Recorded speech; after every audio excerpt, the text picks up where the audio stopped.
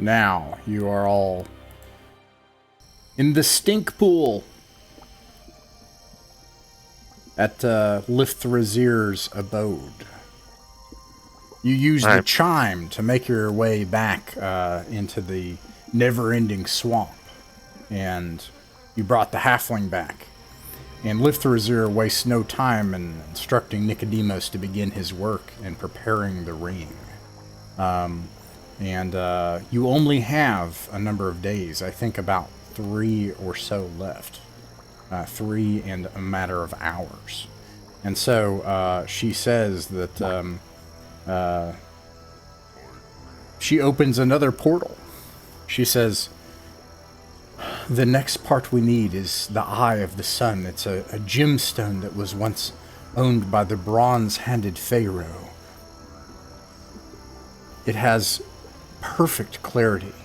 It is the most well-cut gemstone, perhaps in all of Aerith. It's only the size of a pea, but its ability to focus mystical energy is so powerful that he had it permanently affixed to his body. It's in a small hole in his skull, sort of acting as a mystical third eye. It should be interred with him in his tomb. And she says, I have scryed and found that it is in the great desert, still within his sepulcher. And this portal will take you there.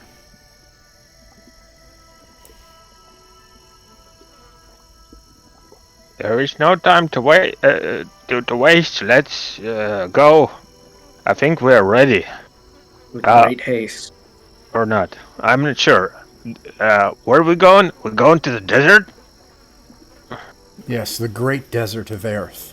It is an endless desert. It was once the great pharaohs, their empire, and ages ago. But nothing but ruins and tombs now. Well, actually, recently I learned a very useful spell. It's called water breathing. I can breathe underwater. I'm sure it's going to be very useful, like in the desert. Don't we need like a lot of water? We should bring a lot of water with ourselves. I mean, it's a desert. Well, we do have the chime to return if we need. Yeah, she looks outside into the endless swamp and she says, I think it might be best that you simply act swiftly.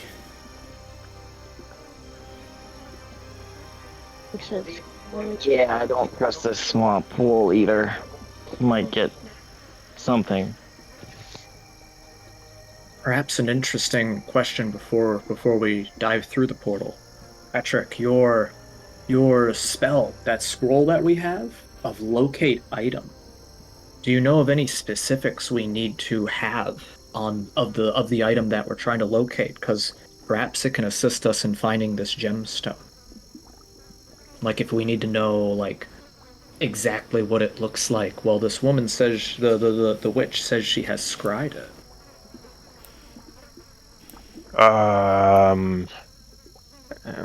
I'm not sure that's.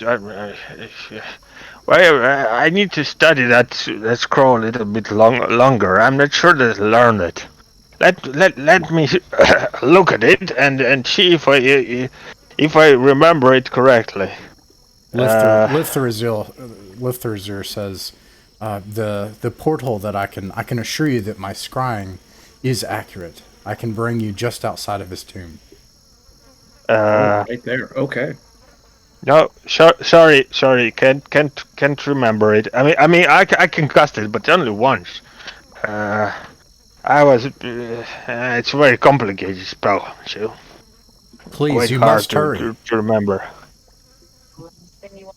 Yes, let's move through. If you're gonna be able to take us just outside the tomb, that will greatly speed our journey. Okay, you step through the portal.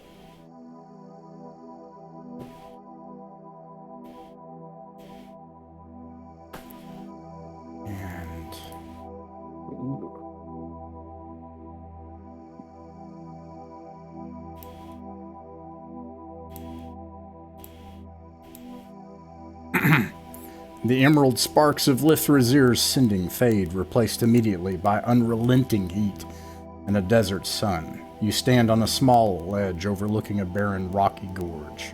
The landscape is harsh and plain, doom-colored sands and rust-hued rocks carved into weird shapes by an eternal desert with endless, scathing winds all around you. Before you, located in the face of the gorge's wall, is the mouth of a gloomy tunnel descending into the earth. Strange hieroglyphics adorn the lintel above the tunnel, and the shattered stone slab, perhaps once a door, lies in pieces on the ground.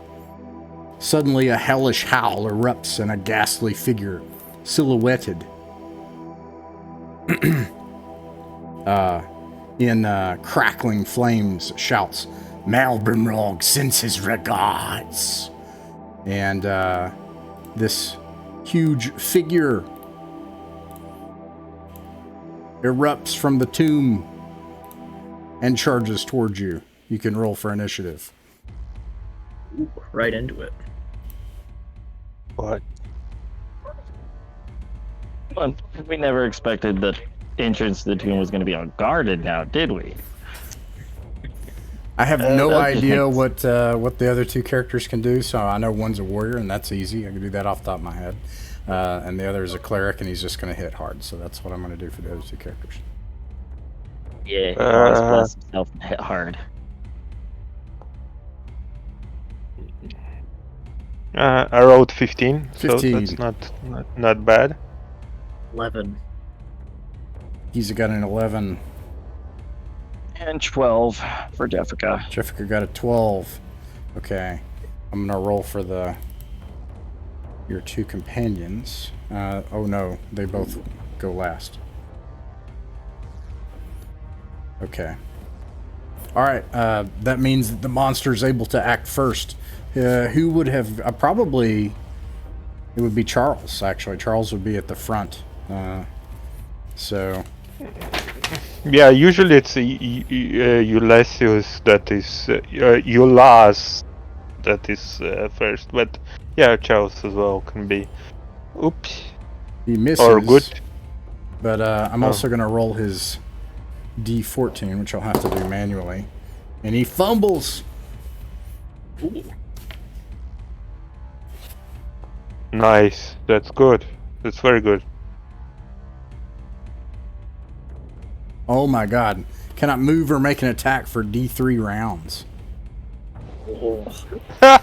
He lunges for Charles, and Charles just like does this jujitsu thing and moves out of the way, and then hits him with his holy spear as he runs past, slamming this huge demon into the dirt as it howls.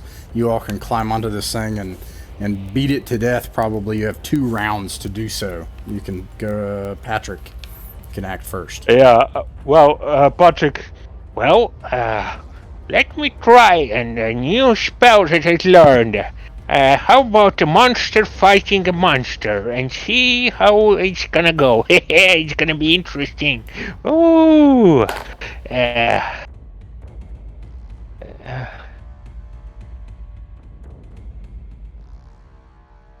Or not. Oh no. Okay. No. Wait. Yeah, It's a 13. And for 13 we get. Just give me a second. Oh yeah, just failure. There's just normal failure. That's it. Okay. Patrick. That's okay. Or, I mean, Jessica. I'm done. I'm gonna leave the snakes out of it for this time. So Okay. Jessica's just gonna run up and smash with the battle axe. Does a 16 hit? Yes. All right, and he does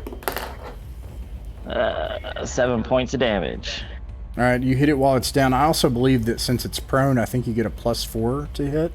And, Oh yeah. All right. Giza. I'm gonna go ahead and roll for Alright. the others so they can get their stuff, their attacks. Would you say that with this creature having had such a awful fumble, being locked in place, that with also the distractions of my companions, that I could get behind it and Yes. try to jam my daggers behind its neck Absolutely. like a backstab. Yep. Awesome.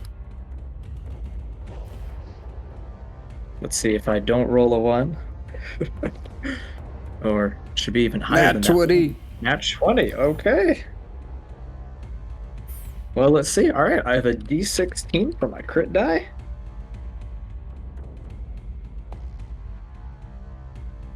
Ten. Masterful Strike. Inflict an additional 2d6 damage.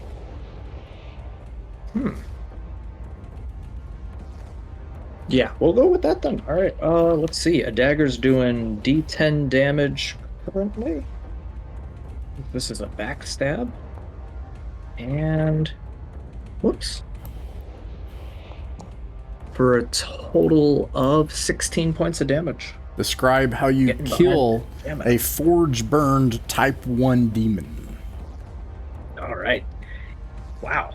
A demon, you say? While the rest of the party's like hacking away at it, and I believe you said the fumble, like its armor joints get caught, if I understood that. Mm-hmm. Iza takes advantage of this, and he crawls onto the back of its neck and sees an open joint between the armor plates, and takes his lucky dagger and jams it in as deep as it can go, and it probably severs the spinal cord of this demon or whatever keeps it operational. Okay.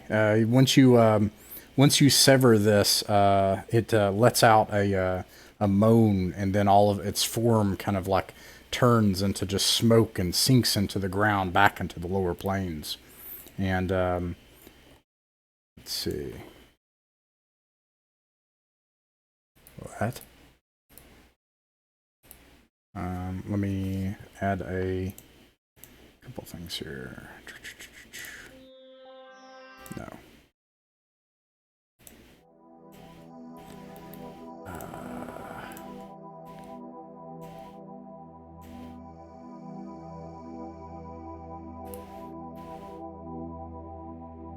Okay.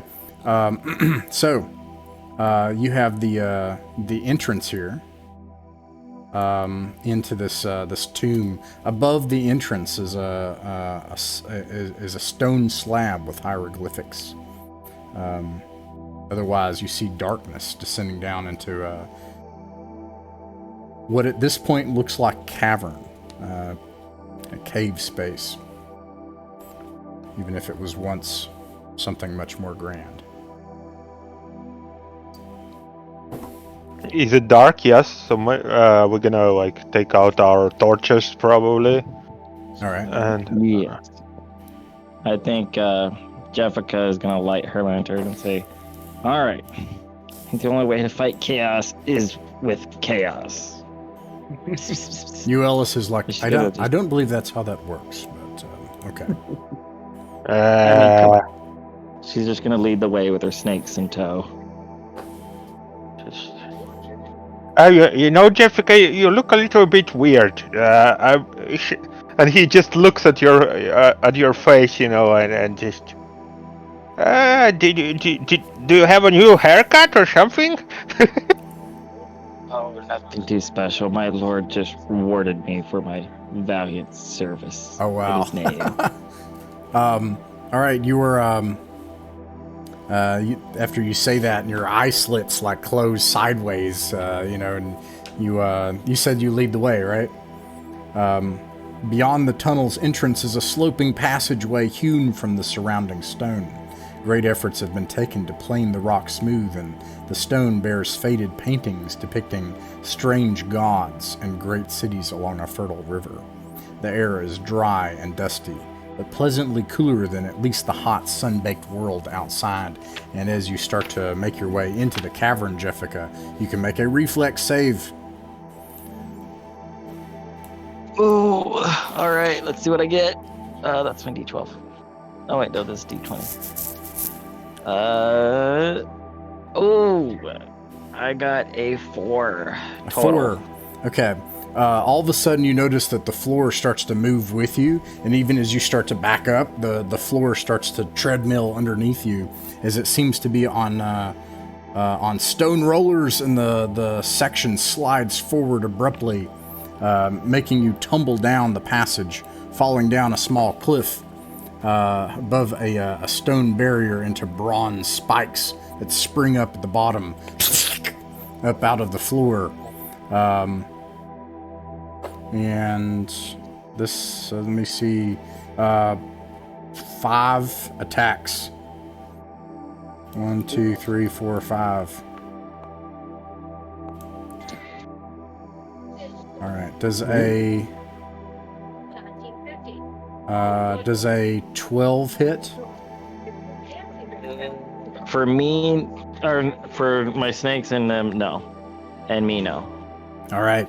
Yeah, all my these. AC is 18. I think all these spikes start to spring up out of the floor, and you start rolling out of the way as they're like, and you just roll out of the way, and none of them end up biting you. Oh. Are you?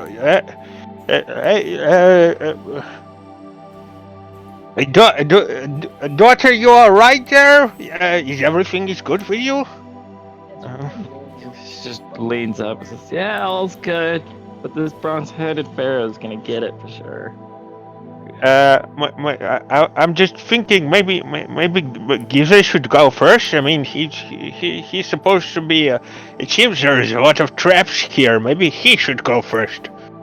Do you have any talent, my friend? Oh, I'm filled with talents. You'll find I have many tricks. If you want me to lead the way, in case of more traps as this, I can certainly do so. I think he should go first. Okay. Can the rest of us scale down this? What can the rest of us perhaps scale down this area without being hurt? You can. You are able to scale down it. You see, it looks like at some point in the past, at the top of this pit that is down here, is perhaps either some other trap that maybe have been triggered at some point. Or the passage itself is simply collapsed in, as there's these large stone slabs that allow you to at least climb up along the rocks another 15 feet up into a passage that leads into the tomb.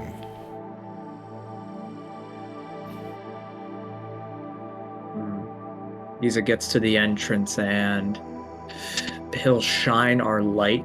He'll ignite his own lantern and kind of hold it up and shine it as far as it can go. You Do you see anything on the walls or floors? If you climb up onto the stones and look around up on the floors and the walls, you can see a stone passage continuing on to the edge of your lantern light. Along the passageway, you can see painted scenes of life of some important figure. Murals, paintings, boyhood filled with venerating supplicants, scenes of grisly combat, a crowning of a potentate, images that could only be of a pharaoh. You can see the floor littered along the corridor side with smashed ceramic amphora, broken wooden caskets, and slashed woven baskets. It looks like you're not the first person to have plundered this tomb. Among that debris of like the amphoras and such, do I see anything that looks that it might have been fired from like a crossbow or a bow, like darts and stuff? Do I see anything like that hanging around? My idea here is maybe there's like dart traps in the walls that fired in the past. You look along the walls, and from where your lantern light can see as you look around for a while, take the time to do it. As you take the time to do this, you can feel the ground just slightly rumble a little bit. That's it. And then you keep looking. You can see that the cracks along the stone, along the walls where sections have been brought in, or and in the floor when it was laid, all of them seem uniform. It doesn't look like the floors or walls or ceiling have been damaged. You don't see anywhere where there could be any kind of traps. you also don't see anything of value. The only thing you can see other than just ruined things worth nothing are just the various paintings along the walls.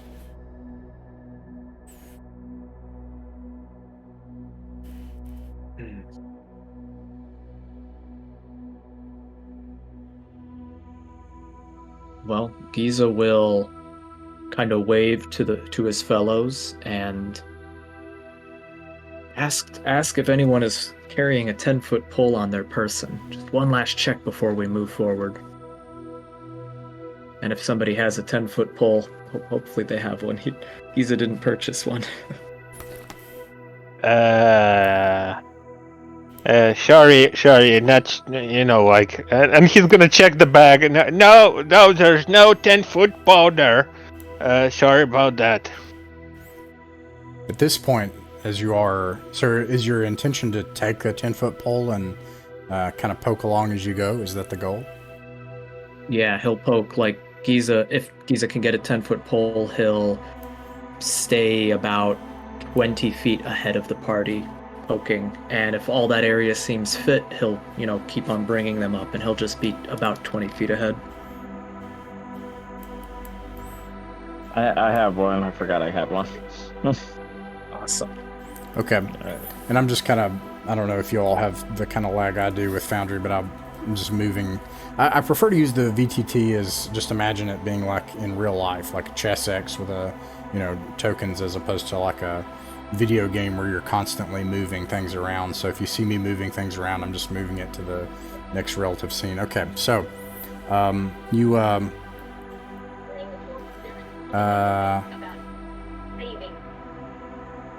you're poking around about 20 feet ahead of the party, and you can see where it looks like it opens up into a room. Now you see another sloped area, however it looks like this has been activated. As you get closer to it, you can see that it looks as if whoops. Gosh darn it. Gosh darn it. There we go. It looks as if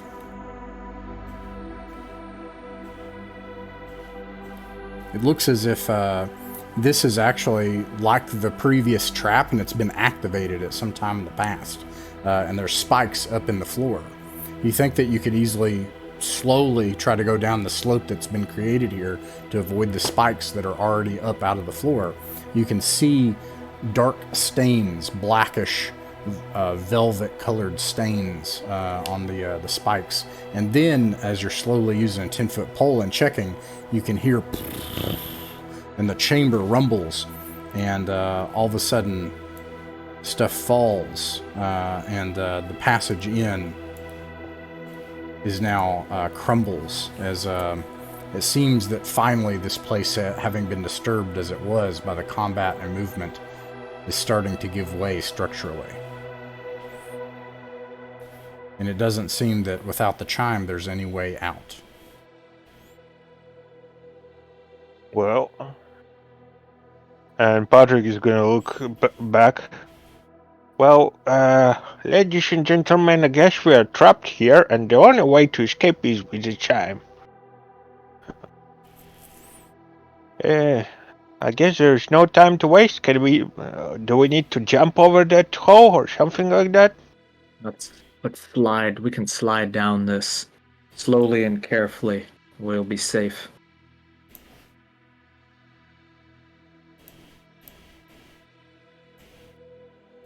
Okay, once you make it down into this room, you can see around you more ruined items. Looking, you see nothing of value. It looks like it's already been plundered by someone. And you see more of these murals along the walls. And then you see a short corridor leading into maybe a receiving room, some kind of room ahead of you. And in that room, you can see an idol of some kind.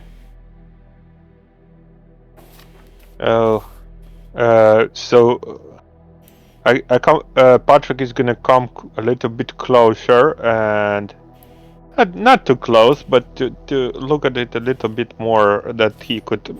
His eyesight is not so good as it used to be. So, and he's gonna squint and he's gonna just take a good look at that statue. All right. What does he see? In the lantern light, if you bring the lantern or someone brings it up to where you can look at the idol, you see that this chamber, the chamber has a hall that continues on past it a little bit. It's dominated by a stone statue showing a 10-foot tall cobra-headed humanoid figure in archaic robes bearing a serpent-shaped rod in its scaly hands. It rests on a 2-foot high platform of simple dressed stone, causing its serpentine head to brush the room ceiling. An open archway to the west leads out of the chamber. Everyone except Giza can make a intelligence check. All right. Intelligence. Ooh. Not bad, not bad. I got a... Oh, you go first, Gorky. 11. Alright, I got 15.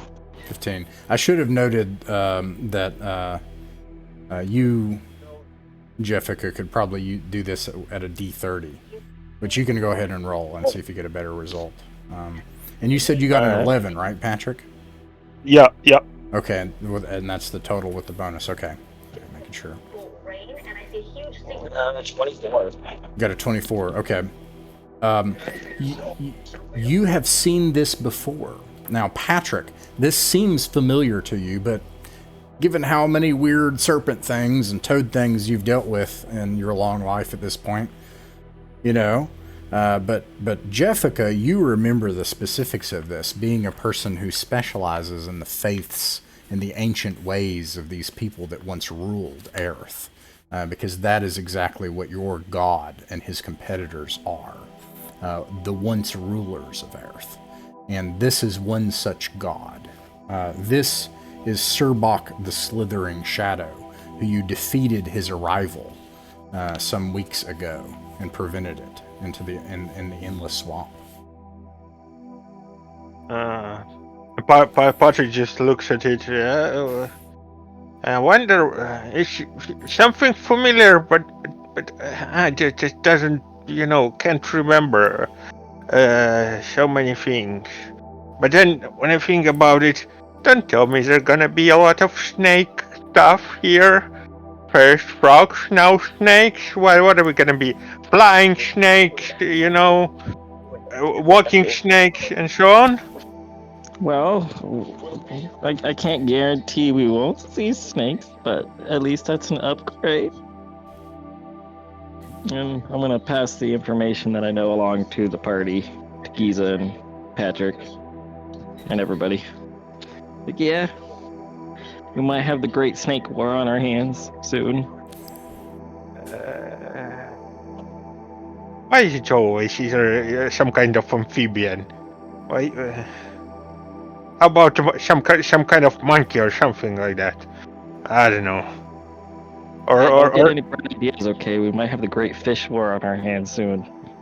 Or for example, chipmunk. How about chipmunk? And they're small, and you can squash them, and that's it. That's better. Don't. Have you heard of the tragedy of the Great Chipmunks and their dark war? No, never heard about it. Tell me, what do you know about chipmunks? As you start to elucidate the tales of the dark chipmunk, the brilliant, all of a sudden the chamber starts to shudder a little bit under your feet. I think we better be quiet. Anyway, you can tell me the story later. I'm gonna try to detect. Patrick is just afraid that the statue looks very menacing, and we know it's a god, and maybe it's gonna come alive. So he's gonna try to, find out if it's magical. Does it have like some kind of magic or something like that? So Okay. I want to check. Go for it. Yeah, just give me. Oh, sorry. Just give me a second. I'm gonna move everybody in here. Don't worry, you're not gonna Dark magic. perish suddenly.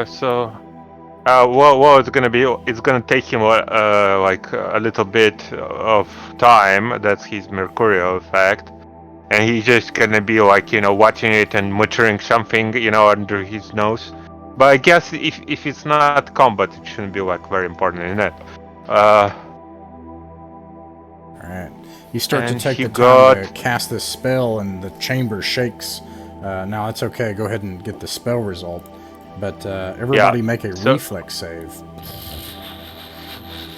Right. So it's a 17, and for some, the wizard is aware of magical enhancement, and any object or creature within range. This includes weapons, armor by a creature, as well as a spell. This wizard cannot distinguish which portion of the targets are magical. For example, anyway, That's okay. he's gonna. All right. Did anyone fail the reflex save? So sorry, let me roll the reflex. I got an 18 total, nice. so I have 18 as well. Nice. All right. Another You all are natural able 20. to, as Patrick is. I think Mary Patrick's already in this chamber, like trying to part the weave of existence to see if he can fill out if there's something in this thing. And while you're doing that, and you're all watching him, all of a sudden the chamber behind you collapses and heavy stones fall in as this place seems quite unstable. But you are able to dodge out of the way before the heavy stones fall. Patrick, meanwhile, you are able to suss out that this is in fact absolutely magical. Also, what is the distance of the spell? The range? Just give me a second. It will be at the I top. will tell you right away. 30, range 30. 30 feet? Yeah. Okay. You sense something magical in this direction beyond the wall. You also, this is magical, and it is alteration magic. Oh. I don't like it. I think that the statue is imbued with magic. Means she's gonna probably go alive or something like that if we touch it or go past it, so prepare for a battle if we're gonna go. There's also some kind of magic, like, and I'm gonna show there. You want to check it out? What are we gonna do? These chambers keep collapsing behind us. We might not be able to take this slow. Maybe we need to just move on ahead and give this statue a wide breadth. Oh, okay. It seems, Giza, you are here more. You have more experience, so might as well just lead us. At least I think that we should follow you. I don't know. Maybe Jessica knows like something. It seems like he's knowledgeable of those gods and stuff. So let's give this statue a wide berth before we become paste in this long forgotten tomb. And just the only way out is through at this point. Okay. I'll move you all into the next chamber, I assume. Well, actually, Giza, are you using your 10-foot pole, or do you go into the next room? Using the 10-foot pole will take twice as long. He won't use the 10-foot pole, but he'll try to creep up quietly to the edge and take a peek in before he beckons the others onward. All right. The walls of this room were once decorated with elaborate paintings, similar to the previous rooms. Unfortunately, they're damaged at this point beyond recognition. You can see in this case frenzied attacks of pick, chisel, hammer, and pry bar. No surface has been spared by some tomb robber's quest for hidden treasures. An open archway in the north wall exits the room. and the western wall of the chamber is dominated by an archway containing an imposing stone door. Just this black area here. However, you can see through it in places. The stone door has holes that measure 2 inches wide by 2 inches tall, and that go in through it as like cylinders. And a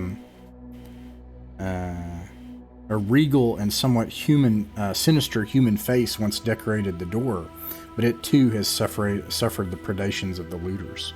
A trio of small hemispherical holes pierce the base of the door, appearing to lead beyond the massive valve.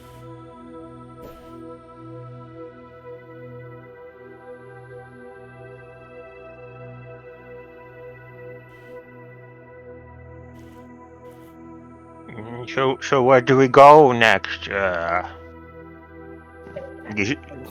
Let's continue forward as best we can before this tomb collapses upon all of us. Which way do you suggest is forward, Jessica? How would we get this huge stone door? Reckon we can just push it open? Maybe. There's a bunch of us. Well, we might be able to. We can always try strength first, move it later. As soon as you So it could be lay hands on this door, poke it, etc., carefully, you find that this thing is, the stone is almost like steel in terms of how perfectly carved out it is. And this thing weighs several tons at least. It is beyond the brute strength of any mortal, at least.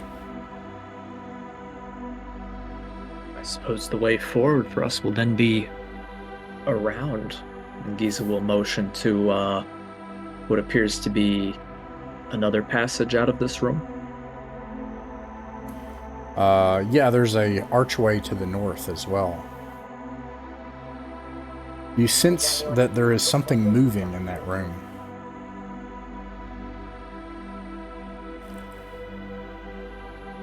That was the direction that Patrick had detected the magic in.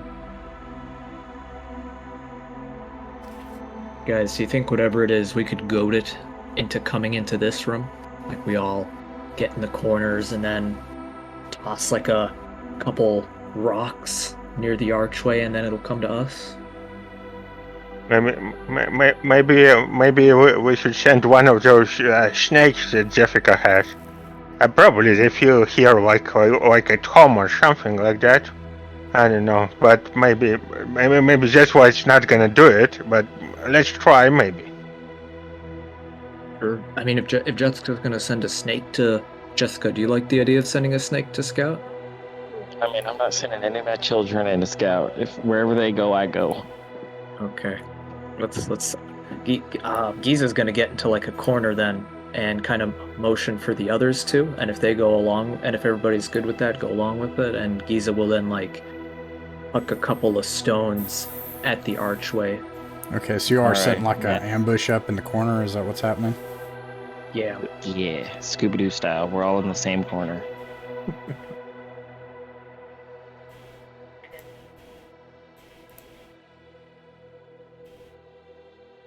Y'all can pick whatever corner. Y'all are in one corner? Y'all wouldn't fit in one corner. This room's not that big. So Giza, you throw the stone, and sure enough, all of a sudden, you hear a moaning with a strange, crackling, ethereal echo to it, as if the moan exists both in this world and another at the same time. Floating in the air 5 feet above you, suddenly something starts to come out of the room and float towards you. It doesn't notice, and you get a surprise round. These, they look like mummies. They're women dressed in finery, but instead wrapped. These mummies are wrapped in linen wrappings.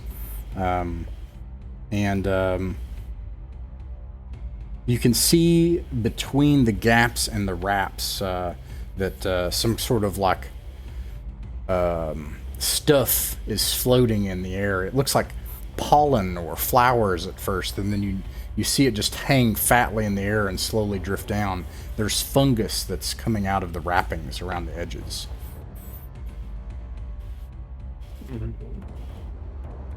Well, I guess Patrick is gonna try to burn the fungus, you know? All right, yeah, everybody can make an attack if anybody's gonna make an attack.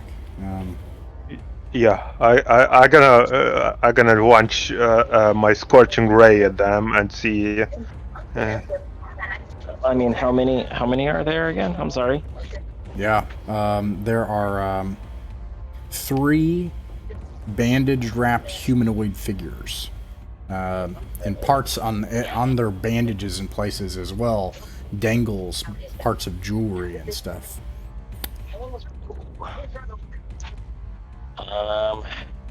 Yeah, Scorching Ray. I'm gonna try to make this easier for Patrick. I'm gonna try and word of command. See if I can get him to grovel. Oopsie. Right. Okay, so it's +4. It's 8. Oh, today I'm on a roll. Yeah, geez. I failed. Disapproval. Just give me a second. I'm gonna tell what actually happened with the 8. No, it's a failure, and I cannot use that spell anymore. So. Not only Sorry. that, but you just used a fire-based spell. Everybody make a reflex save as something happens. Let's see. Something. Oh. 14 for me. Oh, that's 18 for me. Ooh, that's a 5 for me.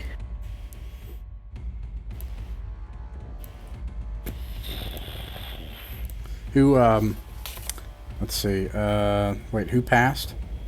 Also, I need to roll for them. I'm not sure. I got a 14. I got 18. Oh, yeah, sorry. 18, 14. Okay, so Giza failed. Okay, sorry, it's 8 and 1 passed. No, I think they all do this. So Giza failed. All 3 explode. Oopsie. Okay. Explode, you say? Yes. Oops. Oopsie. The gas is trapped in the fungus inside of this thing. The fire eats it up and just causes a fireball to ignite. Another portion behind you of stone slabs just crash from the ceiling. Let's see, Giza, you take 12 damage. Oopsie. Everyone else takes 6 damage. And AC doesn't work, yeah? So... Yeah, it's a fireball, so it was the reflex save. 6 damage. Oopsie.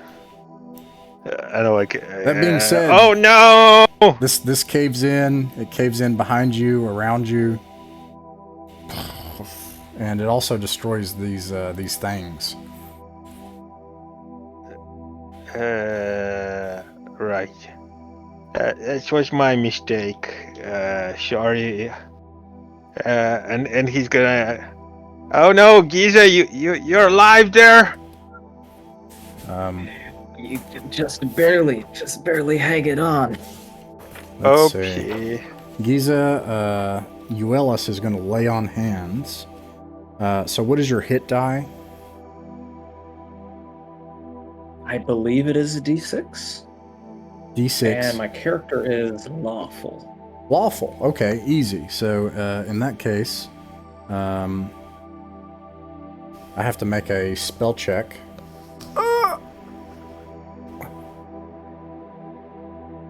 Alright, that's no big. So no, that's fine. He's got also his caster level, plus he's got 13, plus he's got his wisdom. So let's see. All right, you can roll 3d6 then for healing. Awesome. 11 points. All right, I'm almost. He's once the hands are laid on and he's healed. He's looking almost all the way back to normal. Just like a bit of one of his eyebrows is still gone from the fireball. All right. Is anybody else kind of low? Kinda. Well, I'm on 9 from 15, so. What's your, and you're lawful as well. What'd you say, Jessica?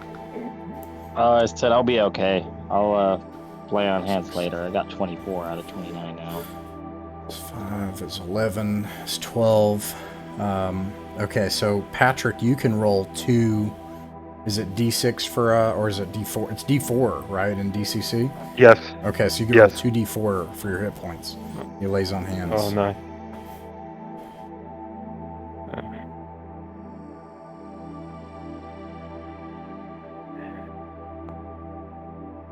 Oh, that's a 6. I got back all my health.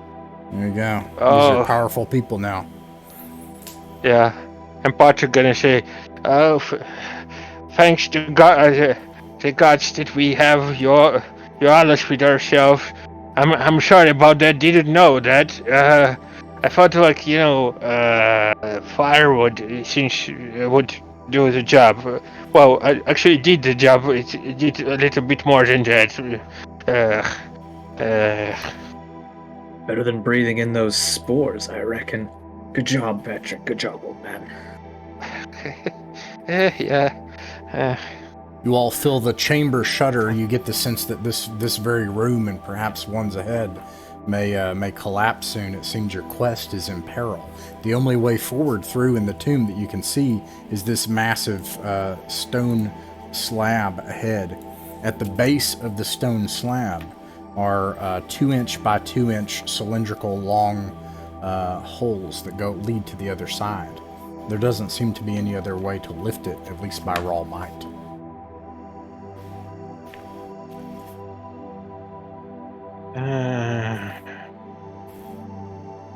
How do we open that thing? Do we see anything on the other side that we might be able to, like a switch or something on the opposite side? We might be able to shoot a crossbow bolt into. If you take, if you take your lantern and look down into one of the holes, you see this tiered base leading up to something that looks like perhaps a sarcophagus. Otherwise, you're not sure.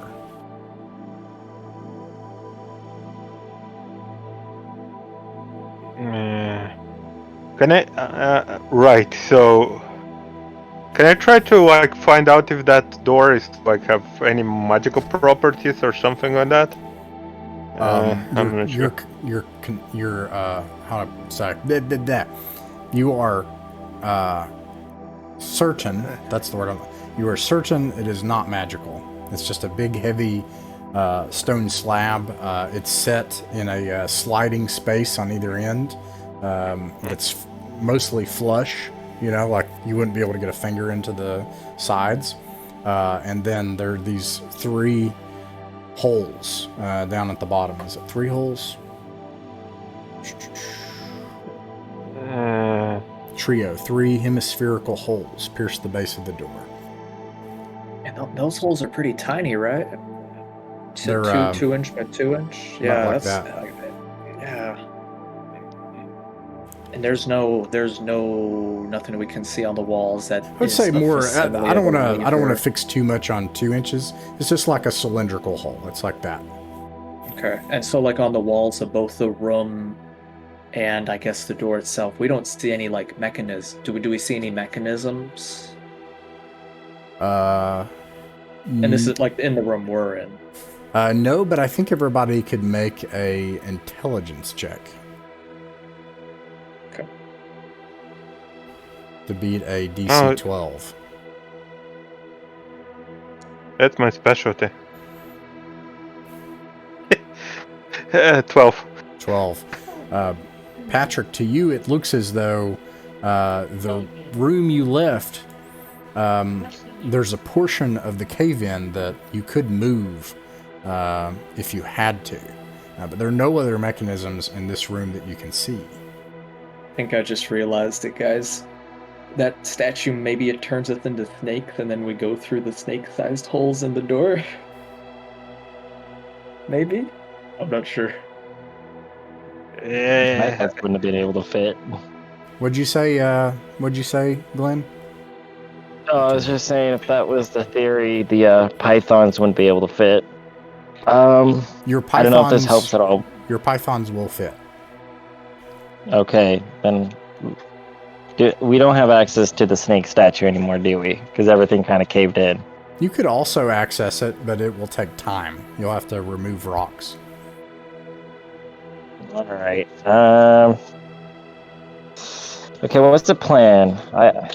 I know Patrick passed, but I rolled an 18 on intelligence check. I think it's just going to be clearing rocks out. So which way should we dig? Ross, did you say with the intelligence check that Patrick saw a route back through the rocks? Patrick, looking at it, you think that you all could, working together, move enough rocks to make it pull your way through the rubble in a place to make it back to the other room. It would take time. Right. Well, I guess we have no. I don't see how we can pass through the door. I mean, I have no idea. So, we have to dig. I got an idea. Patrick, your character. Patrick saw that statue had alteration magic on it. I'm betting that. My hunch is that touching or interacting with that statue turns us into serpents of some sort, and then we can make it through those slots under the door. Well, if it's your idea, why shouldn't you try Sure. first? Sure. But still, we need to start digging those rocks.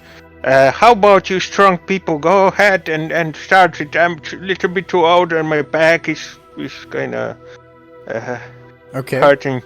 Everybody, so it takes some time. You're able to work together and lift rocks. It's suffocating in here. You also get the sense that eventually you're going to run out of air, and it's hard to breathe. And even when you breathe, you're breathing in just dust and particulate. You're covered in grime and sweat as you work to move these rocks. Everyone except Patrick make a reflex save. As by the time you make it to the other side, the chamber begins to shake again.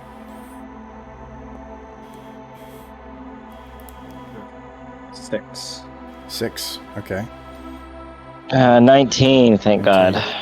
Patrick, you don't have to do it. Like, we'll roll for the other two. Yeah, Patrick's pulling a Jonathan over here, so he's fine. Giza, you take 6 points of damage as a rock falls on Giza, and there's debris now in both rooms that have kind of fallen in from the ceiling. No! We're being pelted by rocks. Patrick's telling us to put our backs into it. Like, come on. We got this. All right, you all make it to the other side into the room to where this serpentine statue is.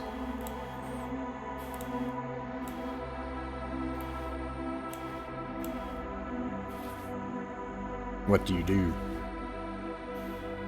I'm gonna go up and touch the statue. Like, what else do we got to lose at this point? We either suffocate or we become snakes. Maybe. Where do you? By the way, we can just pass through the statue. Yeah, there is a way out. Yes. Or no?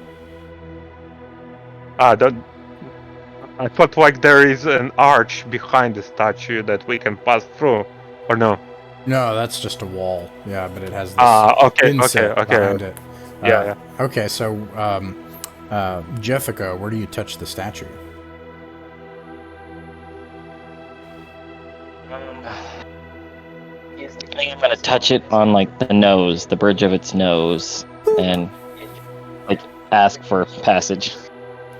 All right, nothing happens when you touch its nose. Okay.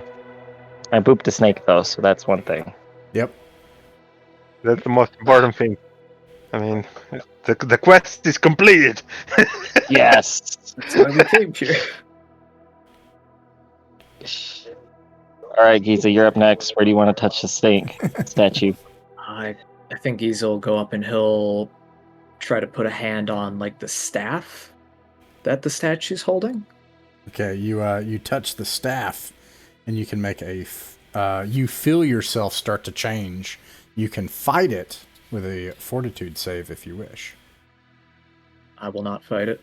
All right, roll a d100 to see if this is permanent. Oh boy. If it's permanent, you always have a family with Jessica. Okay. And a question with this. Wait, no. Don't roll a d100. Don't roll a d100. Go ahead and do the fortitude save, and on a nat 1, it's permanent. Okay.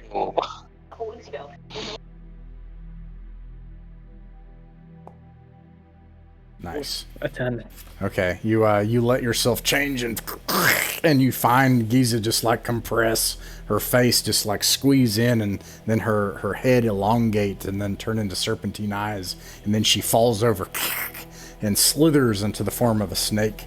Giza, you are now a cobra that's about 6 feet long and about this wide.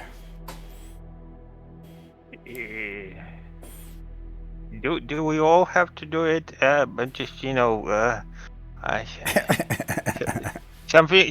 I don't want to be reptilian. I had enough with the frogs. It's either turn into a snake and continue forward, or we suffocate. And I'm all for turning into a snake at this point. Oh my! I didn't want to do it. And he's just reluctant. But if there's no choice, I guess. Go on, guys. I just, just in case if something attacks you, I'm gonna be lost and protect you. You just go turn all to snakes. So everybody's gonna touch the staff? Yeah. Okay, I'll roll for the other two characters to see if they get nat 1s. Oh god, Ulysses stretched his hands. It was so close. He got a 7. It was so close. It's like, oh yeah, hey Ian, hey, by the way, Ian, you're a snake now. He does have like one catastrophe he can call on if he needs to, I suppose. So, okay, so they're snakes, and so they slither into the other room and onto the other side of the door through the holes. I guess there is no other way. How I didn't like it, and I didn't like it, and he's gonna like touch it. All right, reflect. Jessica and Patrick, you can roll to see if you get an nat 1. Fortitude or reflect? Huh? Which one? Is it fortitude? It's a fortitude save, yeah. Nat 1, you're a permanent snake man. Well, snake. Nice. Yeah. I got a 3. Oh, goodness. Oh! That was close. Okay. Everybody makes it onto the other side, and when you make it into the room, a few things. When you make it into this other room, first of all, you realize, let's see, it lasts 6 rounds or 1 minute. So you only have a little bit of time. So by the time you slither, just as you make it, you start to feel yourself change almost right as you reach the door, as if someone dallies. And then when you make it to the other side, you turn back into your normal form, and you realize there is a mechanism here on the wall, that if anyone had some sort of magic or even just Jessica's snakes, if anybody had gotten over here and activated the mechanism. But other than that, the air in this chamber is dusty and stale, hinting at centuries of undisturbed existence. A 7-foot-long sealed sarcophagus of exquisite craftsmanship rests atop a 5-foot-high platform in the room's center, surrounded by painted walls glorifying the life of its inhabitant, the Bronze Headed Pharoah. An archway in the south wall is a room's only open exit. A massive stone door in the east wall seals the chamber from the rest of the tomb, and 2 bronze levers, one in the up and the other 2 in the down position, are set into the wall to the left of the stone door. The sarcophagus looks closed. Sorcerer King's... let's see. Yeah. And there's a room to the south. What do you do?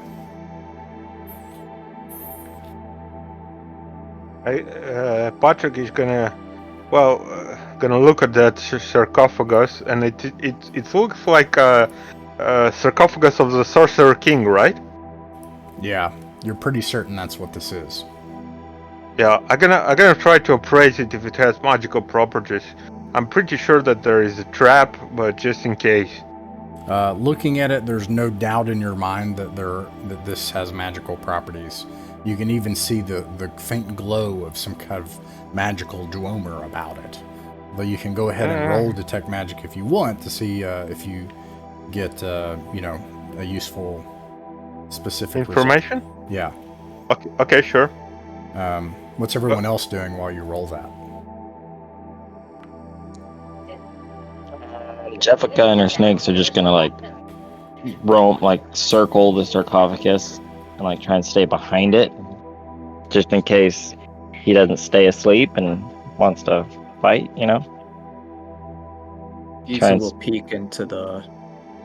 Giza will peek past into the other connecting room.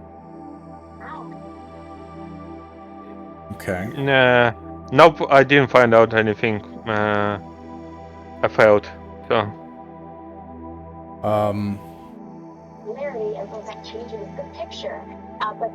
Yeah, you peek into the other room and you see a sheen of gilded ornaments and the luster of exotic woods, a great chariot, a gleaming statuary, verdigris-covered bronze arms and armor, and other wonderful things, enticing the eye of their beauty and value. Unfortunately, they're all very heavy. You could probably only take one of them back with you, if you wanted to take one back.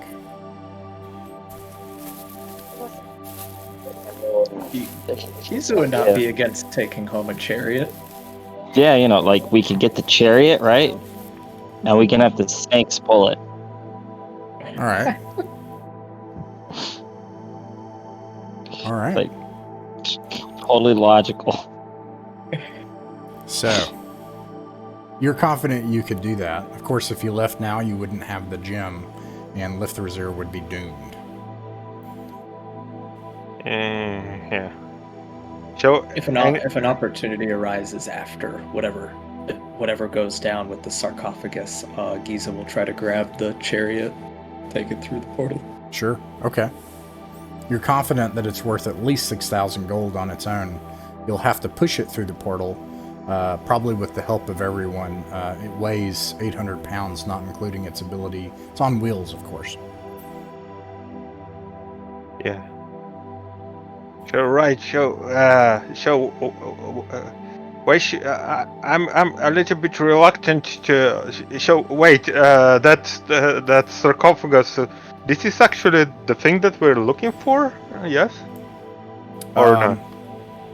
You're confident that this is the sarcophagus of the Bronze Headed Pharoah, who it is said had the gem set permanently within his skull as a mystical third eye.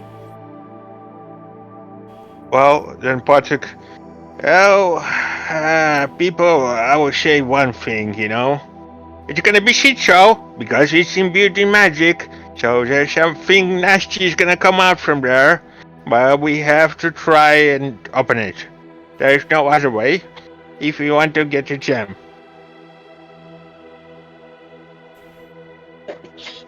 Yeah, let's open it. Jessica's gonna move to open it, and if anybody wants to assist, you're more than welcome. Okay, Charles and Nuellis assist you.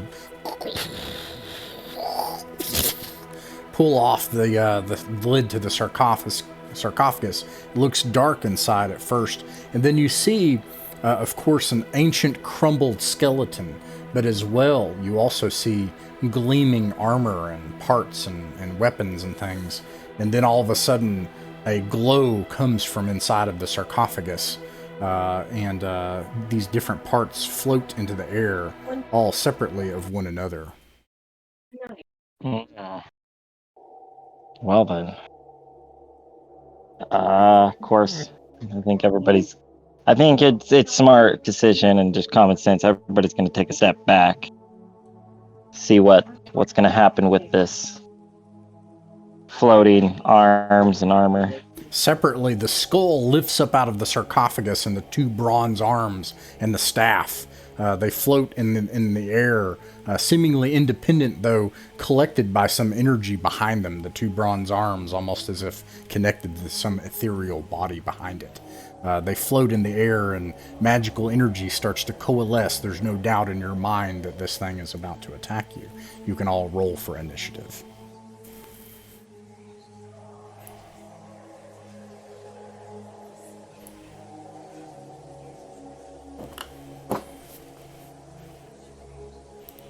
I got 13. Got a 9. Hold on. Patrick, 13. Jessica, 9. Giza. 16. Giza, 16. Let's see. Oof, 8 for Charles. Uellis got a 15. And now for the monster, of which he has 3 separate initiatives, as there are 3 parts all acting independently. Luckily, only one of them is going to go, and it is his skull is going to go ahead of Charles. Okay, and then I have to, let's see, I need...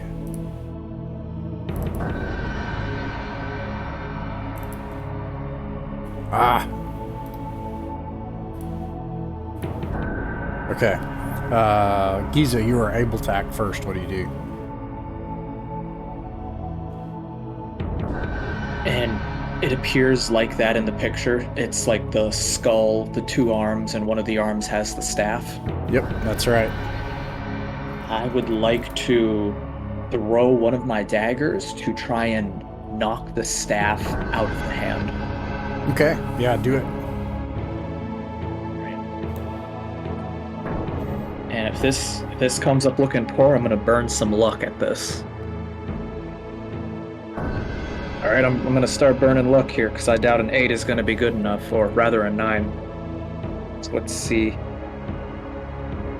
Lucky die is a D6. Here's my first point of luck being burned. I'm gonna keep burning. That puts it up to a 15. I'm gonna burn a 3rd point of luck. You don't need to. Don't do it. Okay, so 15 hits. Roll for damage, and you also knock the staff to the top of the round. So.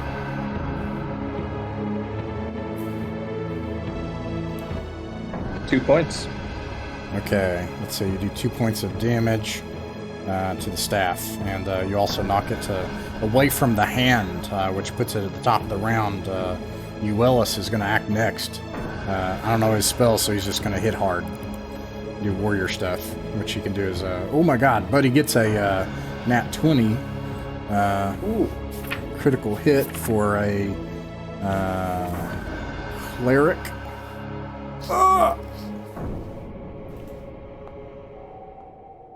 5 plus his weapon. Oh, that's not that great, but... and another D6. And if it comes up, so he does 7 damage to the skull. The best part is that cancels its spell.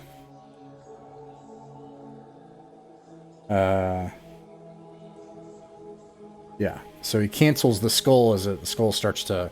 The energy is coalescing, and Uellis just jumps into the air and cracks the skull into the face, and it lets out this howl, this ethereal howl that you can tell is seeping into another world.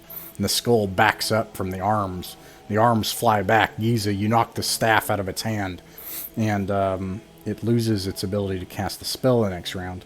And then Charles is going to do his attacks, but he fumbles. And the next one misses as well. He's got armor, so his fumble sucks. And he gets an 8. He smashes his weapon against something solid and unyielding force.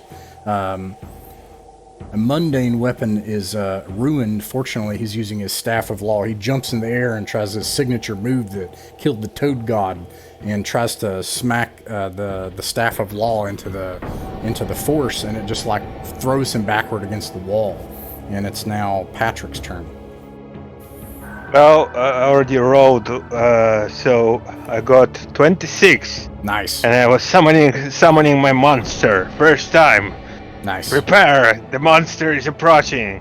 And what happened is, egg shimmers into existence, then hatches into the monster summoned. And I summoned 4 HD monster? What is 4 HD? I'm not sure. It's a really big monster. But since the enemy already went, you'll need to look in the DCC for like maybe using the index, because it does have a bestiary, and you just need to find one of the monsters that has 4 hit dice. Monsters, page 378. 378, okay. And then you have to kind of like flip forward, because it gives lots and lots of advice about monsters. And it actually has it by category, which is rad, so... Oh, no, it doesn't actually. Okay. Oh, here it is. It's on page 397. You're going to want to find a 4 hit die monster out of that. It says HD. For example, a bugbear is 4 hit dice. Okay, I'll get back to you as you look for a monster. Jeffica. Oh, Jeffica is actually going to try and cast Banish on, Okay. I would say, the head. All right. Let's see.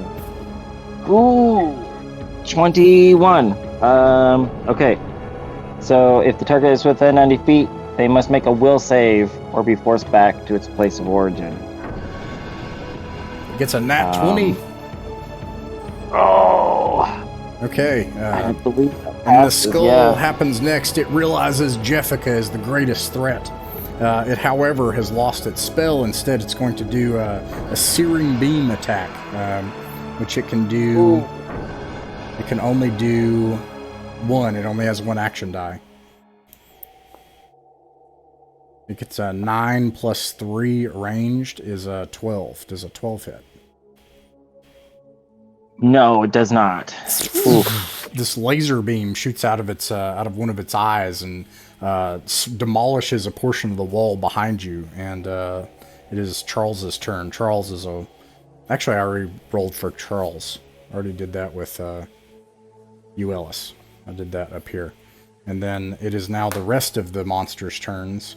Except I'm going to put the staff afterwards because of the trick that Giza did. So the 2 bronze arms, they start to attack the 2 warriors. I'm gonna attack Charles. Neither of them hit. I believe I've got 2 of them. They each have 1 action die, so they miss, and that brings us back to Giza. I'll have the staff act on the skull's turn this time. How far away did the staff end up? Giza will even go out of his way to try and grab that staff. Okay. One of the things you notice is it seems like these things are acting by their own will, like each as if their own intelligent objects. It appears to you that the Pharaoh has split his consciousness into these various objects. That being said, the staff? you can still grab the staff and yeah. So you're saying the staff appears independent of those arms? Yeah, in fact, that's something you notice as you knock it out of the hand and then the staff goes tumbling away, is the staff starts floating and acting of its own accord. Screw it. Giza's diving for that staff. He's gonna try to grab it midair, wrench it away from the this Pharaoh, and I think I'm gonna have him try to get it as far away from the team as possible, like pushed up against a wall or something. Okay, I'll make you. This is your bargain. It's a reflex save against this, and it's going to be a reflex save against whatever I can do with its initiative, or basically its dexterity or agility. Yep. So, and if you fail, it's going to throw you. Okay, so it's a 7 plus 3. You have to beat a 10. All right, and depending on the results, I might try to burn luck if I'm able to. Oh, a tie. All right, yeah, you can burn luck on that if you want. Yes, I definitely will. We're going down to 6 luck here. So this is what you get out of it. It's pretty good. This thing is going to start fighting you, and that's what it's going to do every round. But now you've got like Giza flying through the air holding this staff. It's like flying around the room with Giza, and Giza's just like holding on to it.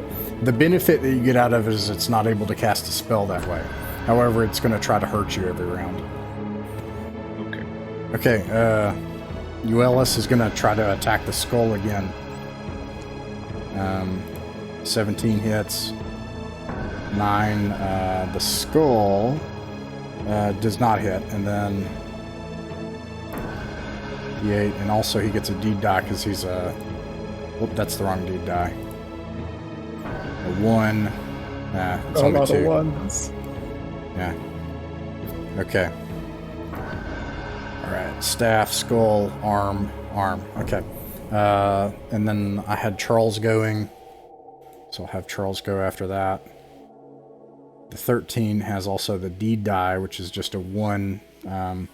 He's also attacking the skull. When I combine his to hit bonus, that does hit, but he doesn't get his deed. Oh gosh. And Charles picks himself up off the wall and charges back in, screaming to try to strike the skull. But there's these magical fields of energy that the weapons bounce off against as everyone's trying to strike it. Patrick. Yeah, well, I guess it's gonna be a bugbear because I just can't find anyone else with HD 4, so... Alright. Yeah, it's the bugbear attacks. You can go lower, too, if you want, but, yeah, you'd be a bugbear. Yeah? Yeah, I mean, why not, You know what? I'm gonna summon the...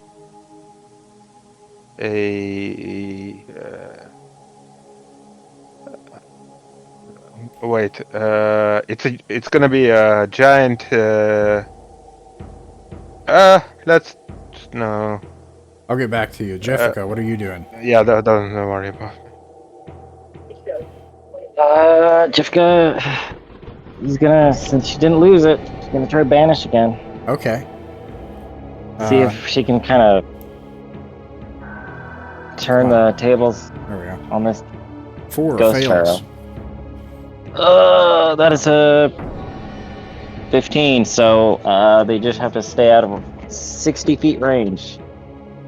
If they come closer, they take 1d8 arcane damage, it says. Okay, so it disappears, but then can't get closer? What's going on? Yeah, so all right. Don't read it. Just give me like the 1-sentence plain language version. They do not disappear. They just, it's kind of like turn unholy. Okay, you got it. Yeah, so so he's got his laser beams, but he can't do any other type of attack. Except could do a spell. But this would interrupt the spell anyway, so it's going to be laser beams. Okay. Patrick, do you want to go? Yeah, it's going to be a beetle giant. And okay. Yeah, let me roll for it. It's 1d6 to find out what kind of giant. It's just a giant dung beetle. Yeah. Fits the aesthetic. It's number 2, so it's gonna be stag beetle. The beetle money blades are normals. Instead of the normal money blow attack, it attacks at +6 for 2d6 +4 damage. All right, go for it. Roll to hit. Yeah, so it has attack. But anyway, I'm gonna just. How do I roll it? Just D20. Just roll a D20. D20, yeah. So, sorry, it's the first time for me. So. Oh, that's okay.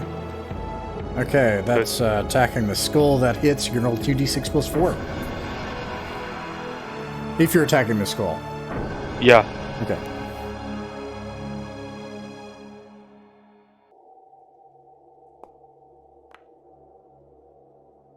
It's 10 damage. All right. This beetle all of a sudden just and flies through the air and starts grabs hold of the skull in the air and starts and crawls into the skull, and the skull has this beetle like knocking around inside of it now as well.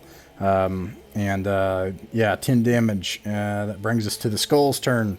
The skull is only able to do its searing beam attack, which it's definitely going to do to Jeffica, which seems to be the most serious threat to it right now. It can only do the searing attack once. Gets a 3 and fails. I think this beetle like distracts it, and this laser beam just sears a line of fire against the nearby wall, missing you, Jeffica. And it's Charles's. Oh, Charles already went, and it's the arms' turn. And I'll get to what's going on with Giza in a second. The arms are attacking Charles. One of them hits, and the arms do d6 damage. Baby arms. By comparison, yes. Okay, and then meanwhile, the staff is like got you flying around the room like, and you're holding on to it, just trying to desperately keep it from casting whatever spell it is wanting to. It is going to try to throw you against a wall, and it's going to attack you. But it fails, and you use your feet and you kick off against the wall, and now that brings us back to you. What do you do? I will also say you have to make another reflex save because you're hanging on to this thing. Guess I'll start with the reflex save. That's okay. Yeah, this is not your action. Passes. 20. I'm gonna have Uellis doing whatever he's doing at the same time. What else are you gonna do? Uellis doesn't hit. Charles also misses as they're desperately trying to destroy this skull. Gosh, I don't want to destroy the staff because I want to nab it afterwards. Ugh. But it's tempting. All right, Patrick. You know, if I've got this under control and like I can hold the staff at the same time I draw a dagger and toss it at the skull. Yeah. Okay. Yeah. Roll to hit. So. Misses. Patrick, you can also... So, Patrick, you can act, and you can act for your giant beetle on this turn. Yeah, so I guess it's a... by the way, yeah, it's a giant beetle, so it's gonna continue attacking the skull, and he's gonna be clump, you know, like trying to kill it, so... Let me see if it attacks or not.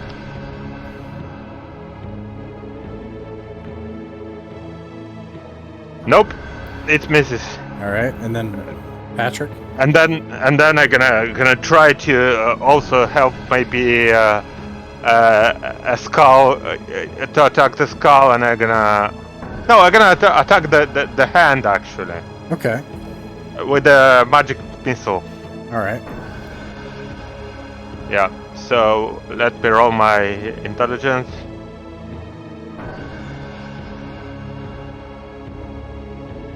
It's +4, it's 11, so it's yeah, I just failed. That's it. The spell is still there, it just failed. Gotcha. All right, Jeffica, what are you doing? Seeing that banish isn't really working against the Pharaoh at this point, she's gonna just run up towards the head and take a swing with the axe. Oh, and also we've had 3 rounds now. You can use your snakes 3 times. Oh, yeah. I kind of forgot about the snakes. Yeah, me too. Yeah. If they're attacking, just roll 6d20 if they're attacking, and then you can also roll once. So 7d20. All right. Hit. Oh, well, 15. That's definitely a miss. That's a hit. That's 14's hit or hitting, right? Or is it above is this 15? the skull? This is the skull, yes. 16 to hit. All right, so that's 3 misses. 1 and last one. Everybody but Jessica misses, so that's all right. Okay. See what she does. 9 points of damage with the battle axe. Oof. I can just imagine pythons just trying to just jump up and snip at the skull as it's flying around with a knife sticking out of it. You've got beetle Giza flying around the room. These snakes are flying. A giant beetle attached to the skull. These warriors are just like trying to crack through the force field of this thing. Patrick's cat spells are flying through the air. It's like, gosh. Meanwhile, the whole place is rumbling, and at any moment, you're pretty certain the whole thing's going to cave in if you don't kill this thing soon. Oh yeah, I'm assuming it's going to try and crush us all. Like, man. All right, that's about it for me. Okay, you all failed to keep it from casting its spell. Oh my. It's going to cast a choking cloud in the area. Oh no. An 11 plus 6 is 17. Ooh. 17. Sure.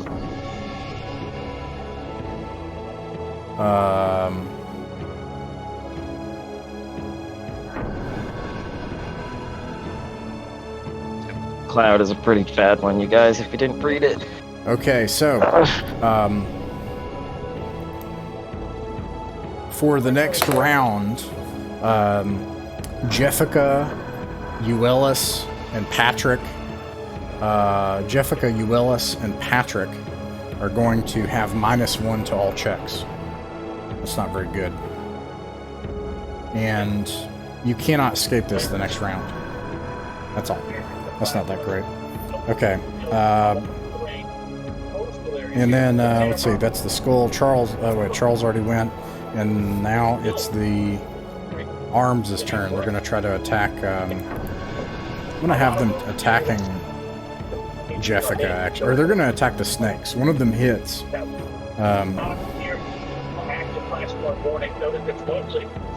Does D6 plus 2. Jessica, one of your snakes takes 5 damage, and it's Giza's turn again. Oh wait, and also the staff is going to try to attack Giza. It fails. Fling him off. Giza, make a reflex save to see if you can keep it from casting spells.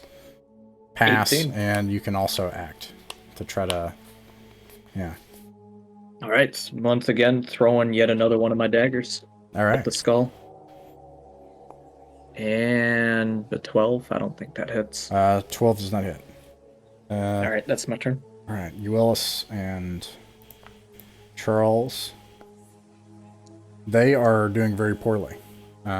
Actually, that one does hit, plus a D3. See if the deed goes off. I'm going to say it does, even though I rolled the wrong die, because it does less damage anyways. And then I can't remember the deed for a level 5 fighter is like a D12, I think. 10. I think it's a D12, yeah. Actually, that's for a crit. Anyways, so I can describe what happens. I think the same thing happens this turn, where he just and he strikes through the force field that has been holding both of the warriors back, cracks into the skull, and you can actually see a crack form on the skull, a fracture as a beetle's little hands start to. Claws start to come out the top of the skull as it starts to get cracked in two, and magical energies flowing out of it. And this also causes it to tumble across the room, hit a wall, tumble across the floor, and keep it from casting a spell this turn. And that brings us back to Patrick. Yes, Patrick. Right, so is the skull dead or is still alive? The skull is still barely alive, and it won't cast a spell this turn. Okay, so I guess so. What? Beetle is gonna keep attacking the skull then, All right. and it has actually. I forgot to add that it has +6 to its attack. Okay. You know, so let's see. D20 +6. Nice. Oh, nice. Yeah. 2d6 So plus 2. that's definitely, yeah. So it's 2d6 +4. Oh, I thought. Okay.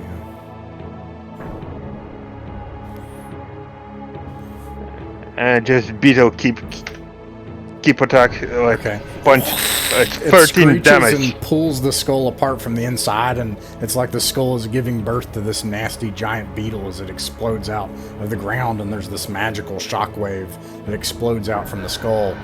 Splintered fragments fly across the room, and a little tiny pea-sized gem goes tumbling across the floor as it seems like the room is about to cave in. Meanwhile, all the other parts continue to fight. You think, and in fact, I'm going to roll for it right now. Where's my D3? You have 1 round left. As it seems like I still, as I understand, I still have an attack. Oh yeah, you do. I'm just describing what happened just from the beetle. All right. From at the end of this round, you have 1 round left until the whole room and tomb caves in on you all, killing you. All right, okay. Patrick. Okay, so I need to be like immersed in the water. Can I just spit on my hand to cast the spell? No. Yeah, you're. I guess like that. Yeah, I guess then unless I have water with myself, you know, it probably might be. Okay. I'm not sure if I have it. Like, so I cannot cast the spell then. All right. So, yeah, can I grab the gem at least? Yeah, you grab the gem. You have it. Yeah, I'm gonna grab the gem, and then Patrick just shouts, "I got the gem! It seems like the building's gonna collapse. How about we just get out from here as soon as possible?" Ring the chime! Ring the chime! It will take you another round to try to get the chariot out of here. I'm leaving the chariot, but I'm leaving the chariot. I'm taking this staff with me. I don't care if it's alive. I'm taking the staff. The staff is definitely making you fly across the room. There's no way that it's willingly going. It's alive. Yeah. It's its own person. Have I maybe is there some chance that I could try to guide it, like try to trick it out to try to go through the portal maybe, or is this thing? Does it seem impossible? I think that you could. I'll make a deal with you. You can try to wrestle this thing in your last round. If you succeed, the downside is that you have a living staff. I want to emphasize that. This thing is not an object. And you will release a portion of the Bronze Headed Pharoah into the world. And it probably is not going to be your friend on the other side either. That being said, you can do it. But if you fail this check, the tomb will fall in on you. And the staff. Screw the staff, screw the chariot. Giza will kind of guide it so that he lets go of the staff and drops in and does a tumble through the portal and gets away. The thief has to let go of all the stuff, and there's thousands upon thousands of gold pieces worth of treasure, and you tumble back into, after ding, you do the chime and a portal opens, and just as you go through the portal, the tomb of the Bronze-Headed Pharoah finally collapses in across its eons of barely holding itself up. Wow, that was a fight. Oof.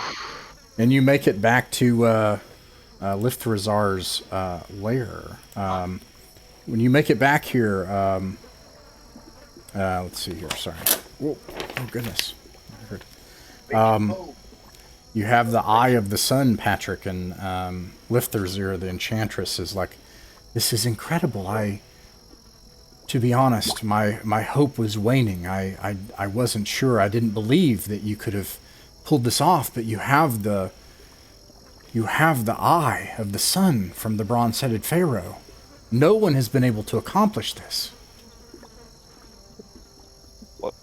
Well, Well, because and you know what do you mean no one? You haven't met us, you know. That's why nobody able to accomplish it. So we did it, but it was it was horrible. We barely survived there. You notice that Nicodemus is not here. She asked for the jewel, holding her hand out. Actually, I have a artwork for this. And where is our little halfling friend? Where did he scurry off to? I sent him back to Ulvenvar after he completed his task, giving him several enchantments and things that hopefully will protect him from further criminal enterprises. Although knowing his luck, who can say? I guess. I hope all will end well for him.